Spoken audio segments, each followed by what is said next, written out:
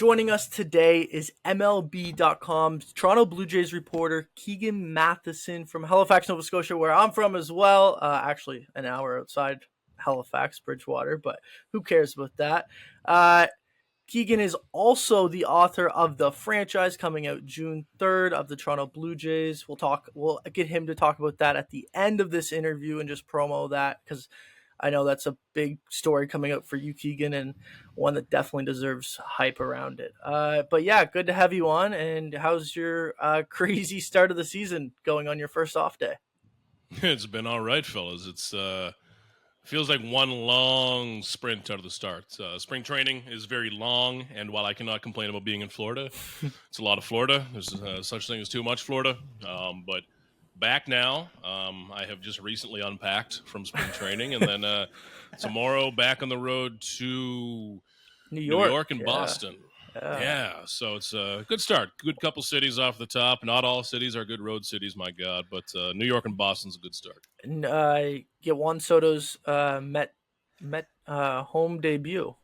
Hey. Yeah. Something I thought at one point I might be covering here, but we'll see. It'll be a big test, a good game. I have somehow not been to Citi Field yet, so I like any New York trip, but I especially like Queens, Astoria, that area. So I'm excited.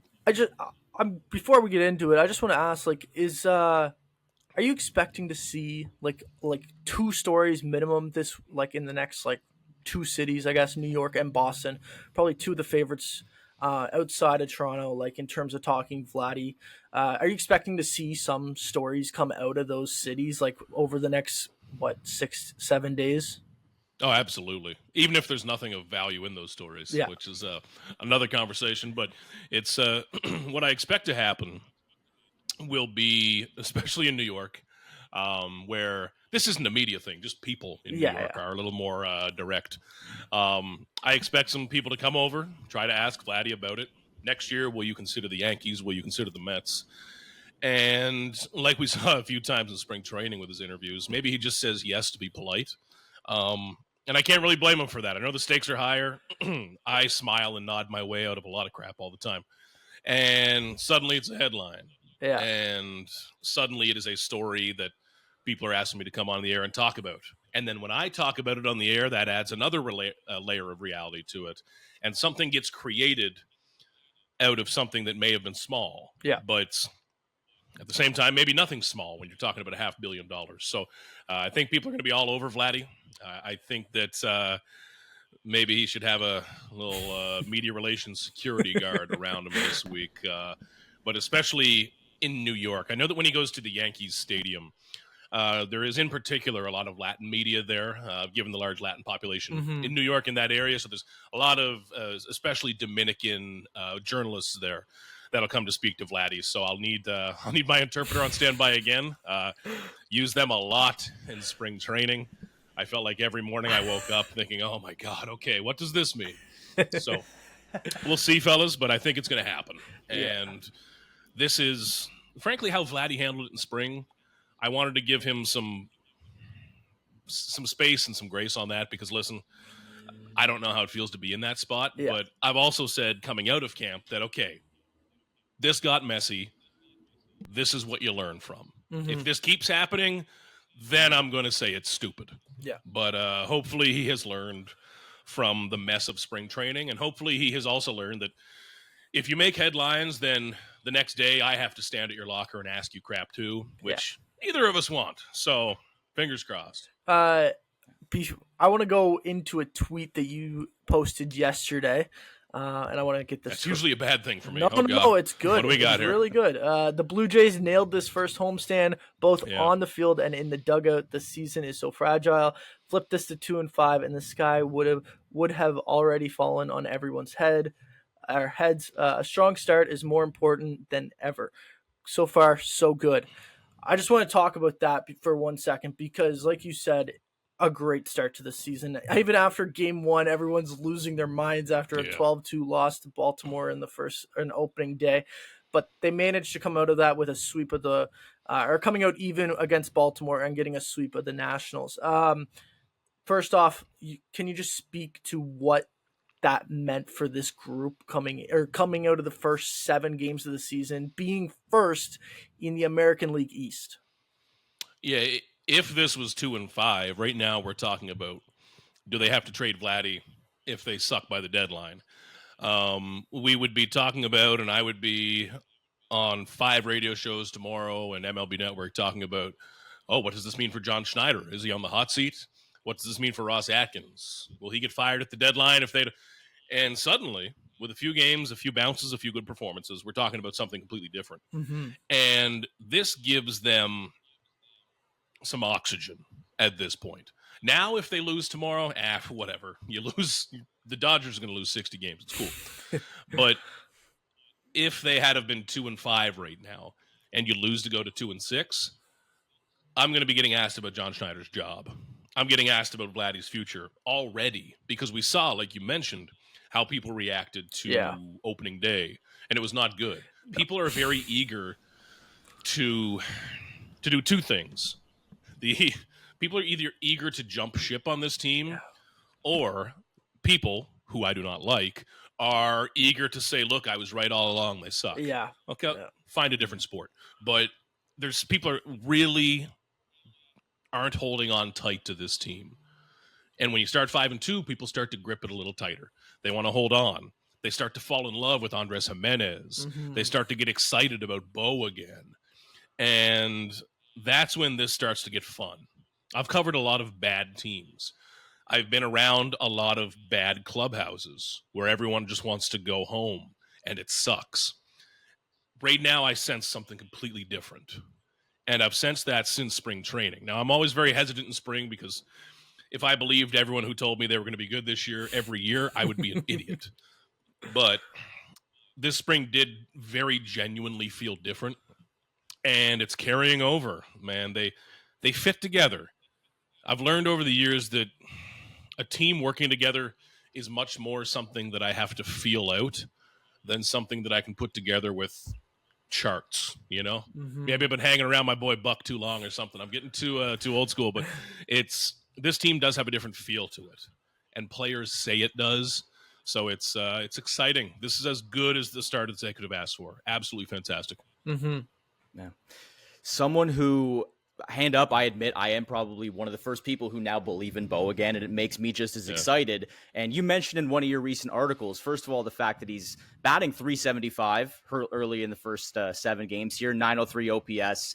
And even after that celebration after his RBI single Monday to take the 5-3 lead, you could tell that, and you mentioned it in this recent piece, like, he's fired up, and that got me fired up. And you don't see that emotion out of him as often as you probably would like to.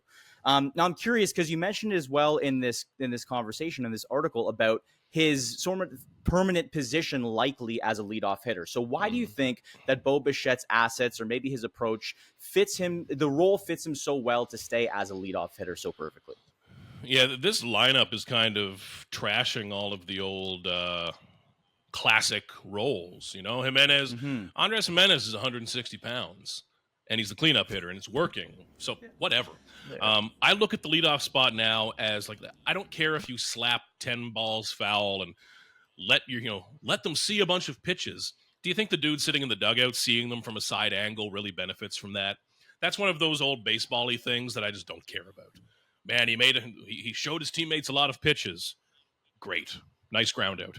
Bo Bichette in the leadoff spot means that maybe your best hitter gets the most ABs this season. Cool. Done. Yeah. Argument over. I'm happy with it. And Bichette also, there's going to be some days. There's going to be 50 or 60 games this year where he grounds out in the first pitch or pops out in the first pitch. It's going to suck. But there are also going to be a bunch of games this year where he buzzes a pitcher's head with the first pitch going right back over him. And you blitz a guy. I was so interested talking to Bo for that story, because his hitting coach, David Popkins, had this. David Popkins mixes more sports metaphors than I've ever seen, but it works, so it's cool. If it didn't work, I'd be like, dude, come on. But he compared him to a UFC fighter who can beat you in different ways, keeps you on your toes. Bo kind of flipped that and said that he views hitting almost as defense. You know, he called it the only offense in sports where you don't have the ball, which is true. So he looks at it like an NFL team trying to force a turnover. Like he wants to be that safety that blasts over the middle and undercuts a slant route and creates a turnover and flips the dynamic. So he's confident. He's aggressive. He is, I think, pretty clear-headed and happy right now with where he's at. And he's got every chance in the world to lead the AL in hits again. I think I'd bet on him to do that, frankly. So that's a leadoff hitter to me, man. Your best hitter with the most ABs. Yeah, you might want Vladdy 2 or 3 to drive some guys in, but Bo, Vladdy, and Santander, who's always bad in April, he will be good in May. Give that a few weeks. They're going to be great. Yeah, I actually wanted to go because you just brought up Santander. Let's just mention him for like 1 second because I want to say the big signing of the offseason. I know Jeff Hoffman comes in, Andre Jimenez gets traded, but like in terms of big money spending, Santander was that guy. Obviously, not a great start, pretty cold. Like you said, though, is usually cold in April. If he's not hitting bombs, basically, is he still going to add value to this team, you think? He kind of has to hit for power, honestly. He's a pretty low average hitter. And I think in April, it's like a career 675 OPS or something pretty pedestrian. Yeah, and it really jumps up in May and June and going forward. So if he's not hitting for power, there are some empty at-bats. He's a guy that might end up hitting 225, but if he hits 35 homers, boom, easy. You're winning a few games on that alone. Yeah. So that needs to come, and you kind of just got to gut out April, I think. And I hope fans give him that little bit of patience because it's nothing new. Like, this is exactly who he is. It's who used to do that? Lourdes Gurriel Jr. used to do that. And then he'd heat up, and he would look like God for a few months. Santander is going to do the same stuff. Yeah. Yeah, it's funny, too, Keegan. You mentioned earlier David Popkins. What I'm seeing from this team is not necessarily, and maybe you can speak to this, is I don't know if it's a change in philosophy, but the way that the offense operates seems to be a lot different. Their willingness to take singles, move guys along, it feels a bit different than even a couple years ago last year when there was just more, it felt like hang time with the ball. And there was maybe maybe not a clear philosophy for every batter. It feels like this year they're a lot more contained as a group, and that's paying off so far. We saw the game, 12 singles. They don't care that it's going to score runs. They're willing to do whatever it takes. Do you think that's a philosophy within the entire team? Is that Popkins coming in and really preaching that to everyone? Or what have you seen from everyone that's kind of leading us to this way? It seems like everybody's bought in. I don't know what the hell the philosophy was last year, honestly. When the Jays would talk about it, either from coaches or players, I'd be 1 minute into listening about the description. I'd be saying, dude, like this, if you can't describe it in 10 seconds, it's not a philosophy. Right. Okay. You're trying to write a thesis paper here or a lot of teams, most teams don't have an actual offensive identity. They don't. Right. It's just 9 guys and you hope it works out. I think we're seeing the potential for the Blue Jays to actually have an identity, which is special and exciting. And it starts with a very basic human element of David Popkins. His background in biomechanics and swing adjustments and all of this is going to get talked about and nerded out on a ton. That's cool, great, whatever. None of that matters if people don't like him and people don't trust him. Because every one of these guys has a high school coach, a college coach, their own coach in the offseason, a buddy. A lot of them have a dad who is involved, usually too involved. The moment you only trust a hitting coach 99%, it's over. Then you start listening a little bit to this guy, a little bit to this guy. And at that point, there's no point having a hitting coach at all. But everyone really seems to like David Popkins. I've been really impressed by him when we spoke to him. And he gives a damn, It's once you prove to players that you give a damn and you want them to succeed and you're going to work with them, that's when the magic happens, man. That's when it gets exciting. And you're seeing the early results of that with Andres Jimenez, a little bit with Alejandro Kirk, I think with George Springer as well. And yes, it's all hidden behind buzzwords. If I hear one more person say, get your A swing off, I'm going to lose my mind. I think we need to stop inventing made-up words and just speak the Queen's English. My God. Yeah. But it's working. You know, you Yeah. do whatever it takes to make it work, and it's working. I've been really impressed by that, which is why I'm trying to highlight that a bit more when I cover this team, because I really think through the first week that David Popkins and John Schneider are doing a hell of a job. And I don't say that often. I have not said that often over the years, but I like how Popkins has this lineup thinking, and I like that John Schneider is growing and adjusting and being more aggressive when he is mixing and matching those bottom three in the lineup. Yeah, it looks like tinkering on the average day, but if you can get your bottom three from a 640 OPS to a 670, that's a win. You get another win. We see every year one win is going to keep you out of the playoffs. So I like what they're doing a lot, and it seems like they are like no second guesses confident in what they're doing. Really top down. Like, it's impressive. Mm-hmm. Yeah, I do just have the philosophy question, if I can jump in here, Justin, because you talked about it earlier here, Keegan, about the approach. Like, this lineup, in terms of a hitting perspective, could have looked so much differently 30 years ago, when obviously like your leadoff hitter and your second, third, and then obviously the cleanup spot normally is not a Jimenez, right? And obviously it's working so far. So is this sort of a permanent philosophy that you think is developing around the MLB, that the lineup looks a little bit more different with your best hitters at the top? And do you see the Jays sticking with it, or can you see them moving the top of the lineup just as much as the bottom, as you alluded to a little earlier? Yeah, I think so. You see the power positions changing. You also see a lot of it with the leadoff spot. Like, I think of Kyle Schwarber or something like that. When you look at Kyle Schwarber, you think cleanup, not leadoff. But it's some of it's long-term money ball, on-base spin-off type of stuff. But I think a lot of it is just the simple notion of getting your best guys up as often as possible. And setting up kind of pockets of players. Like, I view the Blue Jays lineup very much as 3-3-3. You have your elite players, there's that secondary offense they have, and then the bottom is where you tinker.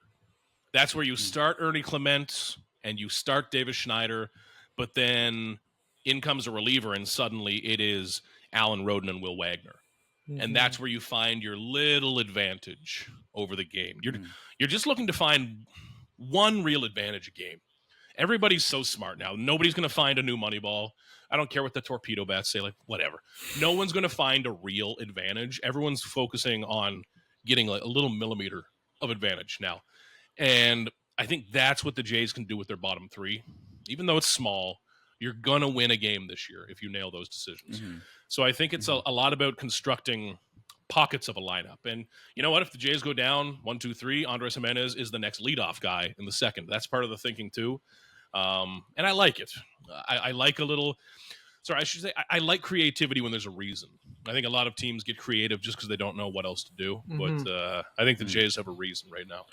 So one of the guys in that bottom rotation or bottom part of the lineup is Miles Straw, who had a 3-for-3 day yesterday against the Washington Nationals. I'm just going to say, like, I was extremely impressed with his game yesterday and his at-bats.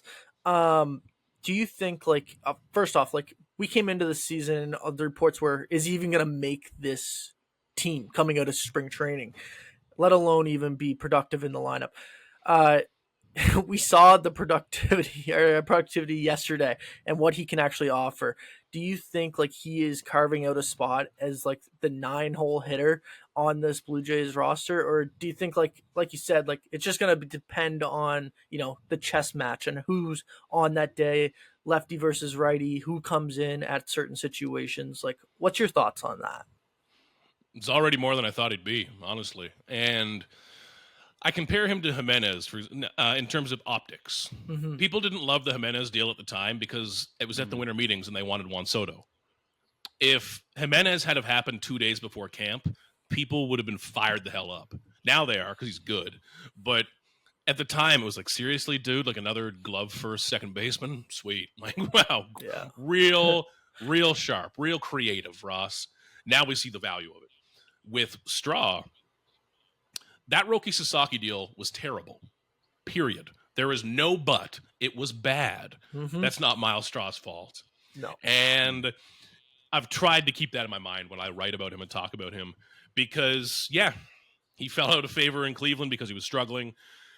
was off the 40-man, but credit to him, man. He came in and had a really good camp. And sometimes being around players like this helps me understand them a little bit. Just even in seeing him take BP, because from afar, not watching a lot of Cleveland Guardians baseball, thank God, I see a kind of smaller built a guy with a defensive reputation in center. You don't think he has much pop. Then you see him, he's kind of well built. And you see him take BP and he can drive the ball. He had that one to the wall in right center yesterday. He has some actual pop. And while his contract looks bad right now, there is a reason he was given it initially. So having him back on the 40-man is a credit to him. Full credit to Miles Straw. When Dalton Varsho returns, I don't know how this will work because Straw is the better defender between him and Nathan Lucas, but it's going to all be about balance. That's the reason that Addison Barger isn't on this roster right now. Mm-hmm. He was one of the 26 best players, but it's about balancing the roster. And the Jays have shown in recent years, usually with Nathan Lucas, oddly, that they're fine carrying a 26th guy that just kind of hangs out. Nathan Lucas has been on this roster for what feels like a million days and gone weeks between playing. We saw it a couple of years ago, and it was him, then Jordan Luplow. The Jays are just cool not using that spot much. Maybe that's different this year. But when Varsho is back, I think it's all about who matches up best as a compliment there, especially when you consider how much Varsho is going to play off the top. I don't know if it's going to be every single day. Yeah, true. But he's helped himself, man. Miles Straw has completely helped himself. Real impressive so far. And he's making the Blue Jays have to make a real decision. I didn't expect him to be on the opening day roster. Now there's a decision about if he sticks around permanently. Mm-hmm. And again, man, shout out to him. He did it. It's not because Varsho got hurt. There was a lot of other outfielders there, but Straw did it.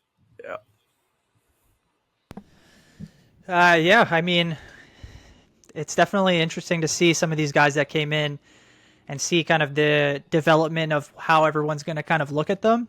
I think some of that interest and almost hesitancy on whether to believe also extends to the bullpen.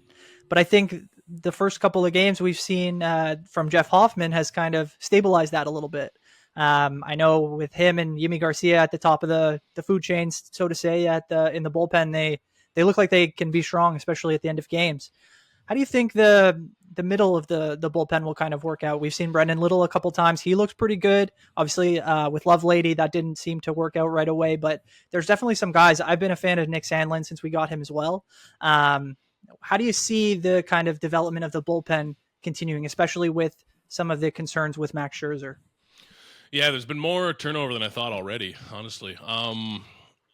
The depth isn't good enough right now, but I think there's some pieces. I really like Mason Fluharty. I think he's a big leaguer for a while. It's not flashy, it's not exciting, but I think he's a big leaguer for a lot of seasons. He's a different pitcher than Tim Meza, but kind of how Tim Meza, when he came up, was not super heralded, but he stuck around because he got guys out, and he grew in that role. Yariel Rodriguez is the most interesting pitcher, I think, on this roster right now. Sometimes it looks really bad. Sometimes it looks like he can be a closer in Major League Baseball. Yeah. I think if he embraces that max intensity, wild thing persona out of the bullpen, that dude's intimidating as hell. And even when I'm talking to him at 2 p.m., it's whoa, dude. I love him in that role, and I hope he can embrace it. But otherwise, you're going to see some churn.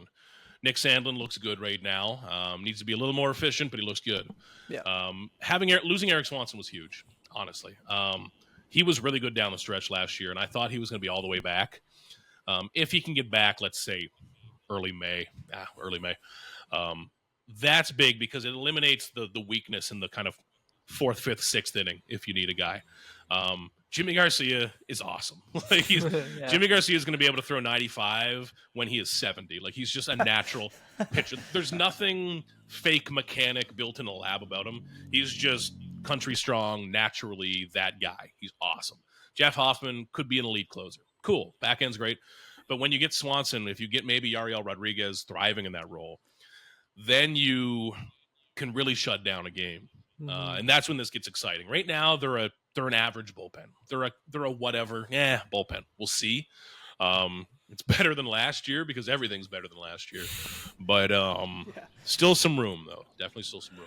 Talking about a guy that's better than last year, George Springer. I heard, I was listening to Jay's talk yesterday, and Blair and Barker were having the conversation.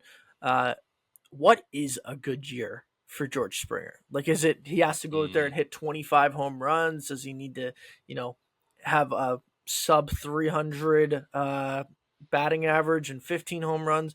Where does he need to be in your eyes to have a good season? Because we all know, like, George Springer is not the same George Springer that he was as a Houston Astro when he was winning the World Series, but he can still provide some offense, and I think we're seeing that with the new excitement this to the start of this season. Yeah, he's just got to do something every day. There will be days where that is like one of those early games this season. It's already a blur, all of this to me. But where he made that great cutoff play to stop a ball from getting to the wall, that Ryan O'Hearn double in the third inning of whatever game it was. See, I remember some details that I wrote down in a sentence, but whatever. That George Springer play, I loved it because it was him hustling and busting his ass to get over there and make a play that people aren't really going to care about, but it really made a difference. I think it won them the game maybe. And when you see the highest paid player on your team doing that, it matters also. I like that a lot. His swing looks better. His decisions look better. He looks looser. He's more energized, I think. And he doesn't have to put up a 900 OPS. If it's a 740 OPS with 20 homers and blah, blah, blah, sure. But he's got to do something every day to have an impact on the game. Because, and I normally don't like being that broad and flimsy, but I felt like last year there were some games where you just didn't see him, like, whatsoever. He's such a dynamic athlete, man. He is. I feel like it almost doesn't come across through the television, but this guy's a linebacker, man. Like, he is huge, impressive athlete. You see it with his ball skills when he's making diving catches. If he gets to a ball, he's going to catch it because he's really gifted with his hand-eye, with his ball skills. You see it on the bases, man. Even how he can adjust his body and wrap his way around tags. Yeah. He's such an incredible, incredible natural athlete. And I think earlier in his career, he could survive with that alone. You know, sometimes you're just athletic and you're the best dude in the field. Cool, whatever. You don't have to think about it much. Now I see a guy who's maybe getting that part into it. You know, you need the mind to come in and the game plan to come in a little bit. I think he's a guy that's benefiting from David Popkins as well. And I like where he's at in the lineup now too, because Springer has a little bit of pop. He's swinging harder now. So if he just does something every game, man, I thought 7 days in we might be talking about, can you keep playing this guy? Honestly. So another guy who deserves full credit because he has flipped the narrative pretty quickly. We talk about some of the older guys in the lineup. Have to just touch on Max Scherzer. And obviously the conversation now is regarding his thumb, and that's rightfully so. He's on the IL. But my question is more so, especially with someone like you, Keegan, who obviously is in and around the team a lot more often than we are, obviously. But there's a lot of height concerned. But at the same time, he's a guy with obviously a ton of experience, an electric personality, almost to his detriment. Slamming his hands on the dugout yesterday probably does not help his case. He got me fired up. But please preserve your hands for the video review, Max. Have you had a chance to have any like extended conversations with him, and what do you think that energy and his presence brings to these guys in the clubhouse for the season? He's one of a kind, man. He is. Yeah. Every year, it's always a feeling out process of eventually, like at this point, I start to have some friendlier small talk with guys and get to know them. But in spring training, the first 5-10 times you meet a guy is when it's in a more formal media setting. And Chris Bassett's a good example. There are some days where he will be very expansive, and there are other days where I'll say, "Oh, Chris, you allowed 5 runs today. What were you feeling out there?" And he'll look at me and say, "It sucked." And I'll be like, "Oh, shit." So I learned early on, if you're going to talk to Chris Bassett, you better have 5 questions in the holster, that type of thing. And that's okay. It's talking to me is not the most important thing in their job. Never should be. That's all right. But I've kind of learned that with Max Scherzer as well, that he can be very literal, very intense. I remember the first time after he had the thumb issue down in Dunedin, I said, "So what are you feeling? What I meant was, what are you specifically feeling? Is it grip strength? Is it numbness? I said, what are you feeling in your thumb now, Max? And the Hall of Famer stares through me and he says, my thumb hurts. And I was like, well, great. Okay, good. I'm the idiot here. I will ask it differently next time. So you have to feel out a guy early on. And I think that's happened for a lot of folks, not just myself, but teammates, coaches, stuff like that. He is an eccentric. That's the way I will put it. I think you see the loud, very driven, 1,000 miles an hour straight ahead Scherzer on the mound. Mm-hmm. But around the clubhouse and stuff, you also see a bit more of an eccentric, a guy that's a bit of a personality and in his own ways has some fun. That'll be very valuable to a lot of these pitchers, just to see. The word intent is becoming one of those new baseball words I hate because it's vague. But what it means is that every single thing Max Scherzer does in his day is meaningful and thought out. Like, if he is having this coffee instead of that coffee, he probably has a 20-minute rant he can give you about how it helps with inflammation in the knee joints or some stuff. You know what I mean? But everything in his throwing program, how he throws his bullpens, why he throws his bullpen, it all is thought out. Mm-hmm. Whereas a lot of young pitchers coming up, you're talented, you're the best guy in your town, now you're the best guy in single A. Oh, okay, they said to throw a bullpen today, I guess I'll do that too. What Scherzer teaches you is, okay, you're throwing a bullpen, you have 20 pitches, make all of them matter.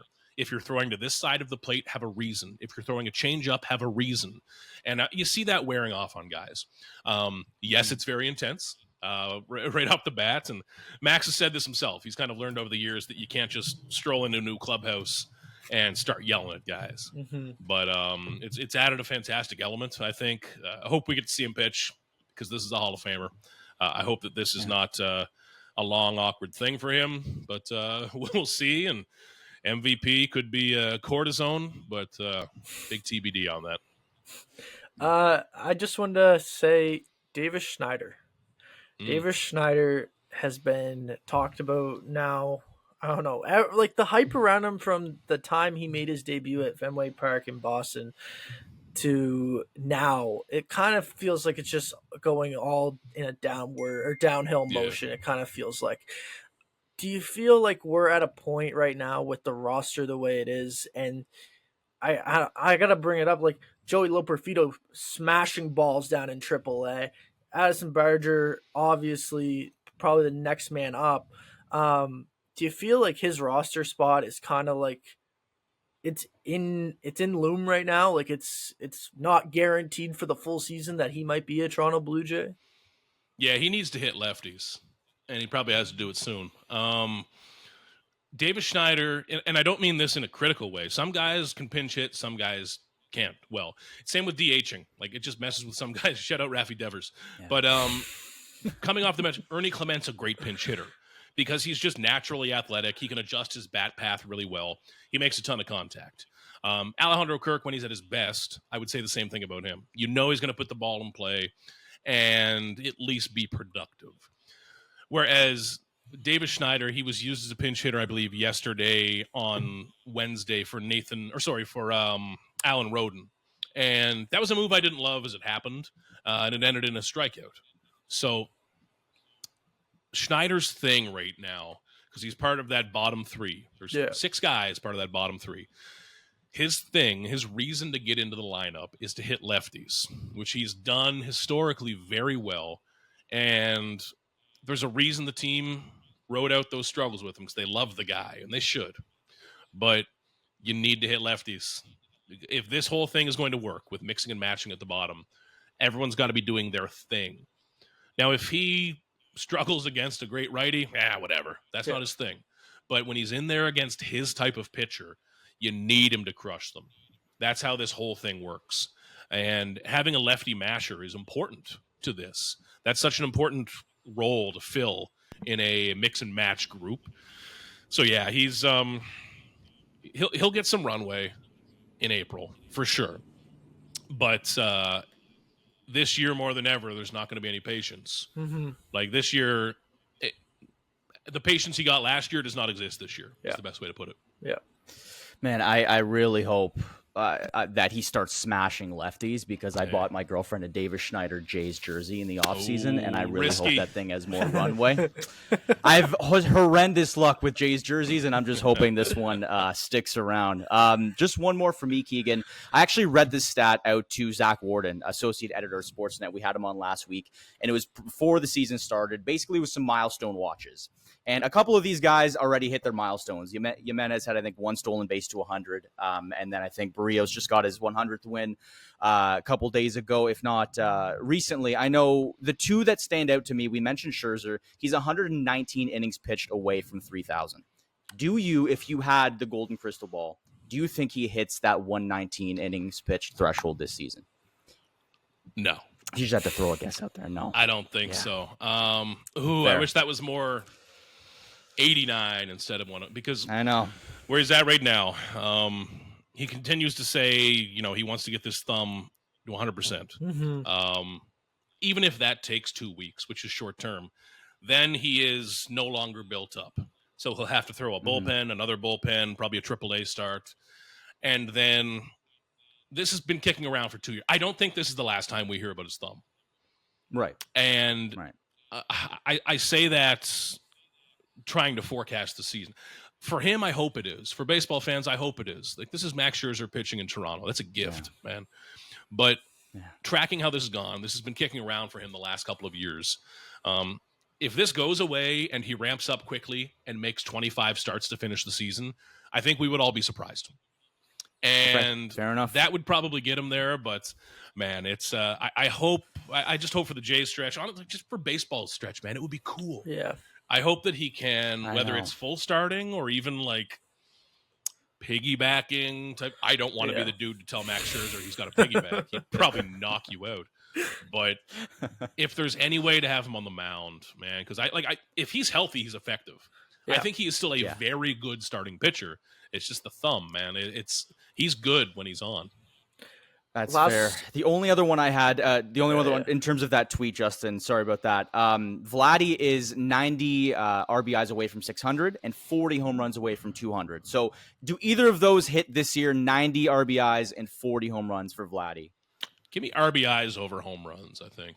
I have to agree. Yeah, he seems like he's an inch off right now because he's shooting everything like right center. And it's all like 108 miles an hour, so it's great. It's like most hitters dream of hitting the ball like that, but he's not really turning on one now. He's not nailing his pitch, because when Vladdy hits a home run, you can it looks like you're playing MLB The Show and you guess the right pitch and you just you tank it. Right now, it looks like Vladdy is kind of reacting, and he's so gifted that he can react and slap a missile back that way. But he doesn't seem fully locked in.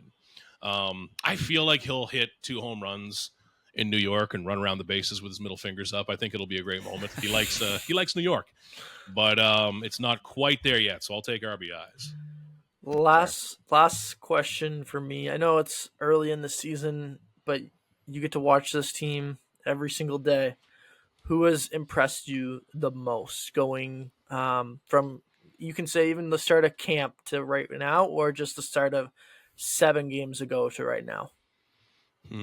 Probably Bo. I think Bo Bichette. Like, Jimenez's start has been amazing. We'll see where it goes, of course. But Bo is a guy who you really need to watch a lot of to figure out. He's kind of like I wrote in that story yesterday. Like, he's not going to tell you a lot about himself, and that's all right. It's not his job. He's a ball player. His job is not to be my interview subject. It's cool. But he is someone you really need to watch day after day after day to figure out. And what I see now is the Bichette that was here 2 years ago, 3 years ago, 4 years ago. And that, to me, is one of the most dangerous players in Major League Baseball, honestly. It's a guy who's going to make a couple $100 million this winter somewhere. And it's probably a guy who's going to steal the conversation by midseason. Like, it's going to start very soon, where I'm going to be asked on the radio twice a week, what if they extended Bo instead and used that extra money to do blank? And there's probably going to be a good argument for that, honestly, at some point. But it changes quickly. People forgot about Bo way too fast. I get it. recency and all that, but this is one hell of a baseball player. He's got a real sense of FU to him this year, I think, which I love. And I think he's going to have a monster year, man.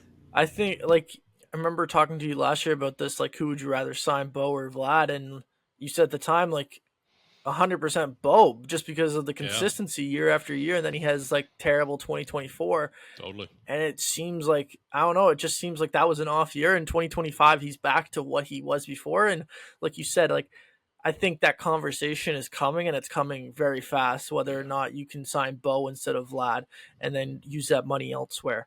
But yeah, want to thank you for coming on, Keegan. I want you to just tell us about your book. Tell us, Hey. I know it's coming out June 3rd.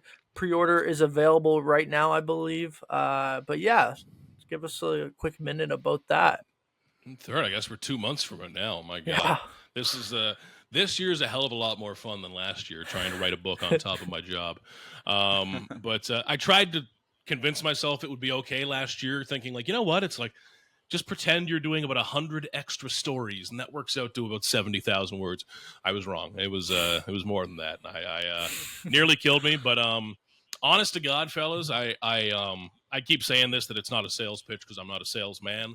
I do not have that big city networky bone in my body.